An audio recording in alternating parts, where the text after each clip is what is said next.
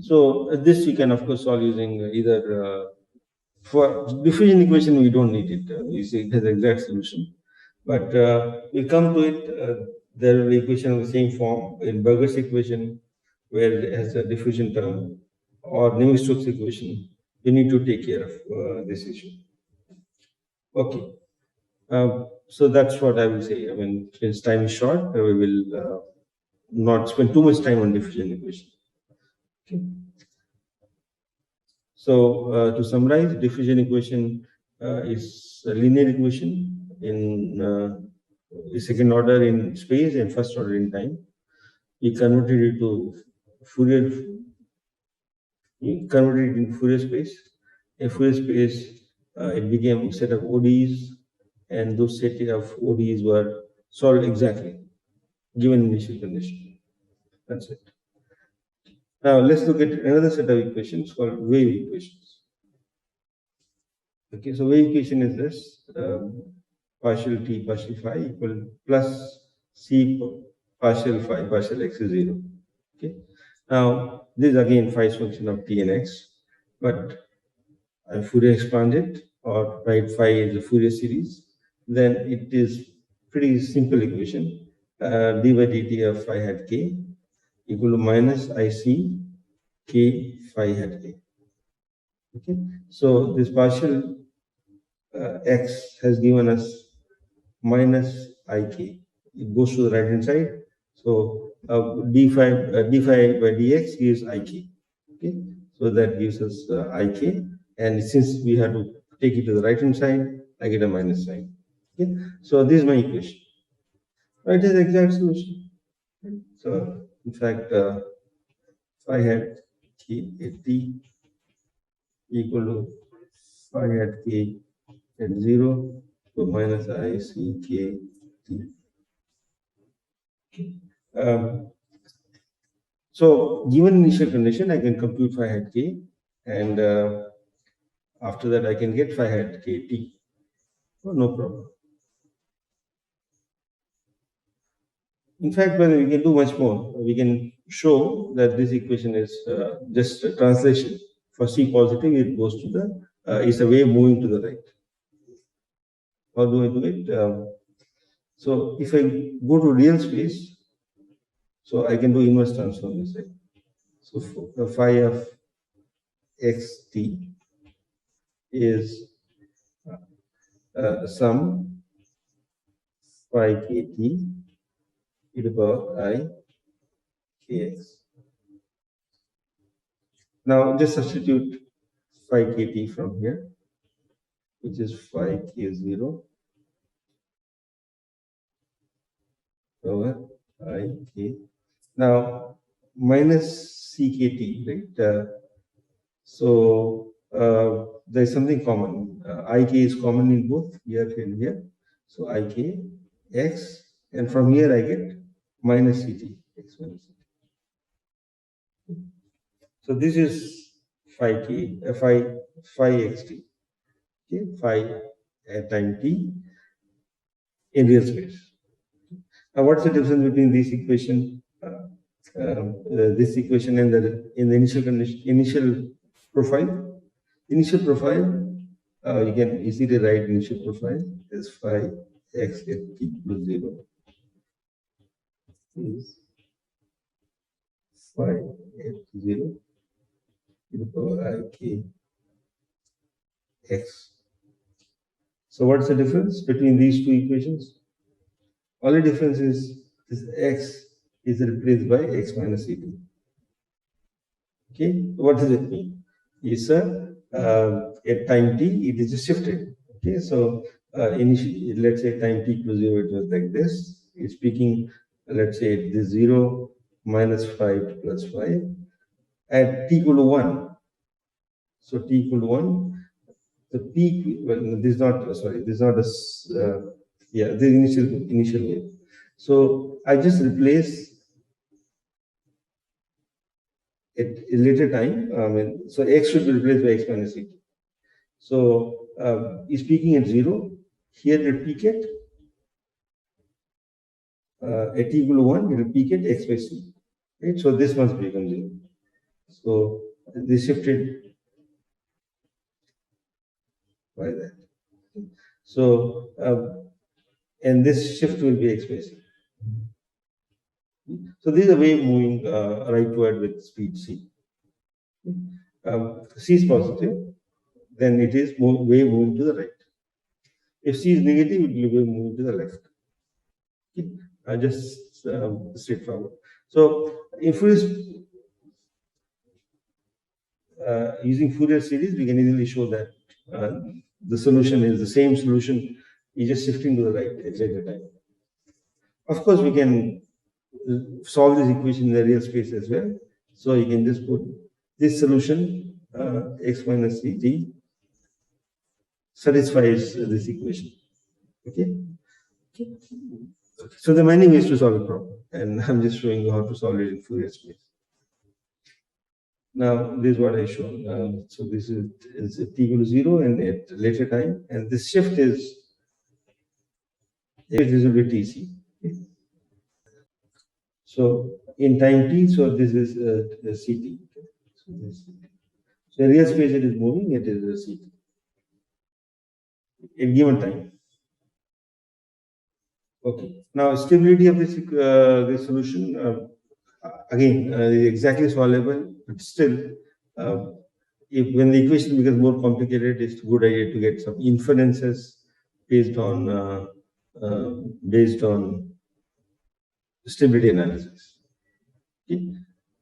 So this equation I solve using Euler forward, then I get phi k t plus delta t. I think I have it here. Is minus I c k delta t. Okay, so this term phi k n. So this is time t and this t plus delta t. Now the prefactor, modulus is always greater than 1. This mod, because it's square root 1 plus ck delta t whole square. So it's always greater than 1. So this is unconditionally unstable. So this method is unstable for all delta t. Okay. So we can't solve it using Euler method. Euler forward. Of course, you can use Euler backward, or methods which are other methods which are stable. Okay. Semi-implicit method, trapezoid. So that's the issue, and we'll come back to it very soon. We'll come back to it.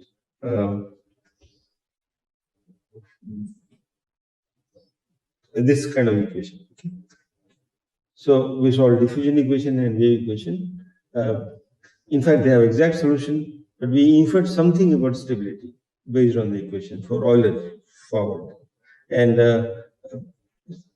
diffusion equation is stable, but it may require small delta t. But wave equation is unstable for all delta t.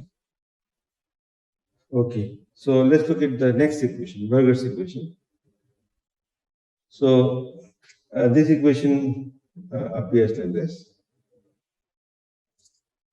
Partial t, partial u, a new let's put x here. Now this is additional term in diffusion equation. We put a new term u du dx.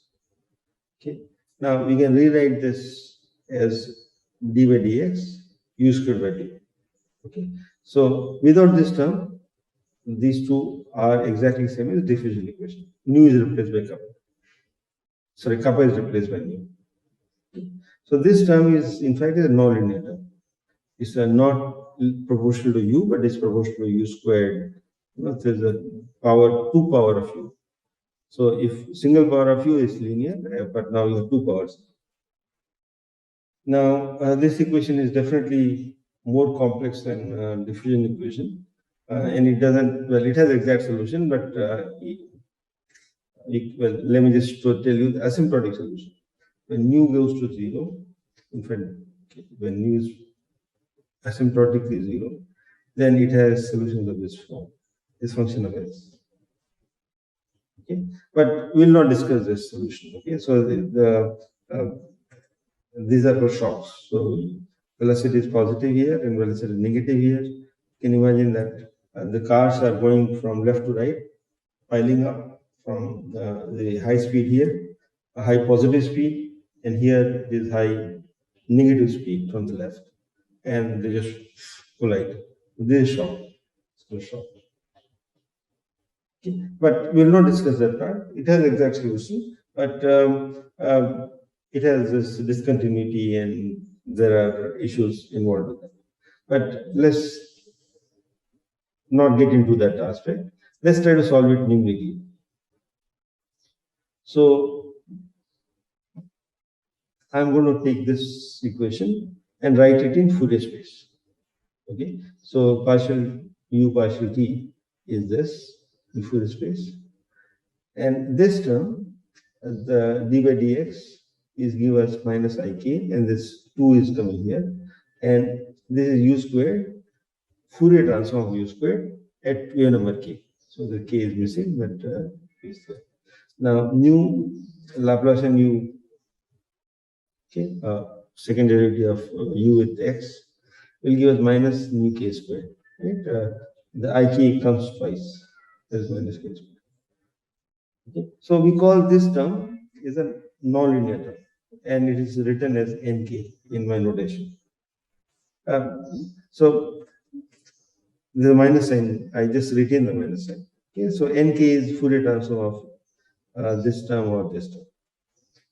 That's a notation I follow. So u dot grad u is Fourier transform is nk, nonlinear.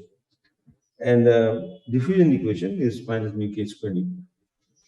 Now you see it has combination of linear term, this one, and non-linear term, this one. Now, how do I solve it? It's a non-linear equation, so we can't solve it analytically, this set of ODEs. Okay. So, but we can solve it numerically.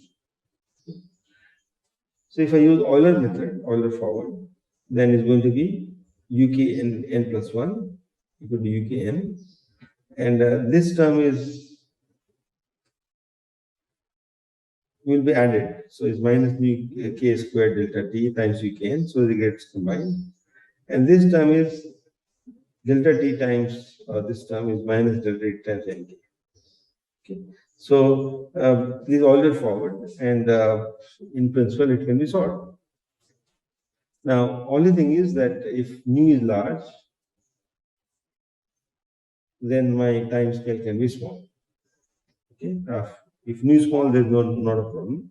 But if nu is large, then my delta t can be quite small.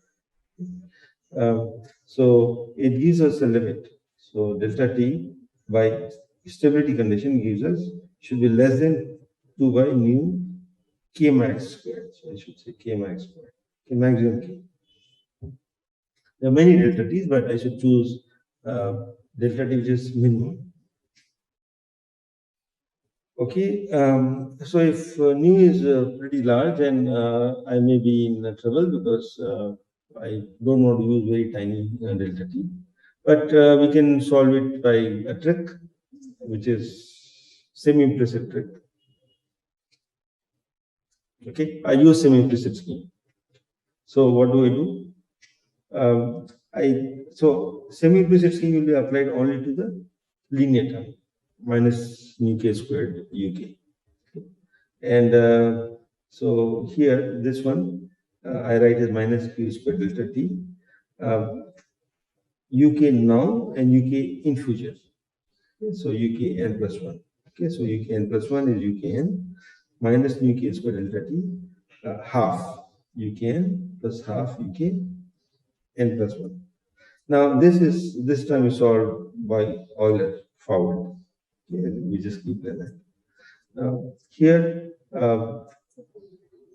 it's in fact quite easy. You can take it to the left hand side. Okay. It's n plus 1 and this is n plus 1, so we take it to the left hand side and they get added up. So uk n plus 1 is uk n multiplied by a factor, which is 1 minus nu k squared delta t by 2 divided by 1 plus nu k squared delta t by 2. Okay. This term, and minus delta t nk. Now this term is always less than 1, right? For positive nu and positive delta t, which is always the case. Nu is positive and delta t is positive. So this is less than 1. So this system is stable from the linear term. This term is always listed. Okay. And great, I mean, we can choose any delta t and solve you can plus 1. Okay. So given initial condition, I can easily time advance Burger's equation. This Euler, you can use RK2. I recommend RK2. If you want accurate solution, then go to RK4.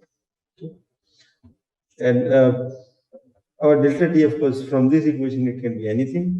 But this one also will tell you that delta t should not, it depends on nk, okay? So here, we don't need to go for analytical estimates for delta t, but you can see from from the Burgers, the nonlinear term gives you some estimate of delta t. So this u by t, u by, so I'll say d by dx is L. So this cancels. So t is L by U. Okay. Or depend. So if I want minimum t, then I should say h by U. H is the grid spacing. So from the nonlinear term, I get an estimate h by U max. Okay. So your delta t should shouldn't be bigger than this from nonlinear term. So these are hand waving arguments, but it gives you an gives you an idea what should be your delta t. Okay. Now instead of semi-implicit scheme, you can use a exponential trick. What is the exponential trick? So we can absorb this term to the d by dt, to the time derivative. Okay, how do we do it? So it's just straightforward. We just take it to the left hand side and replace uk by a new variable uk prime, which is uk times exponential uk squared t. Okay, and this we've done it many times. So as a result of this, in fact, let me just dt uk.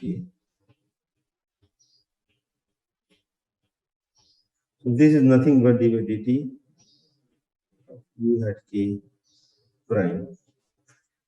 Okay. If I took the derivative of this, okay, exponential will be coming nu k squared t exponential, and the next term is exponential tuk.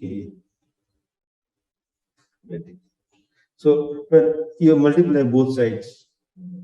What I should do is I multiply both sides of this.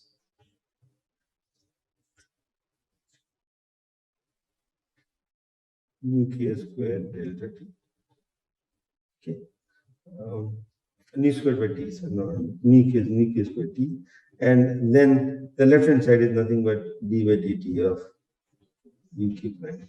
Okay, and right hand side is minus nk exponential nu k squared. Okay, so this trick gives us equation which is not having any term which can lead to instability. Okay, so the dangerous term, this is term which makes it unstable. It has been absorbed by exponential trick. So d by dt of uk prime is right hand side is minus nk nu squared t. Okay. Now if I use Euler scheme now, then I get the following equation. Okay. And this is no problem when we have no limit on delta t. Delta t can be significantly large. Of course, it's a good idea to respect this limit. Okay, delta t. Okay, so Yes, so this is how we solve the problem of small delta t. We don't want it to be too tiny.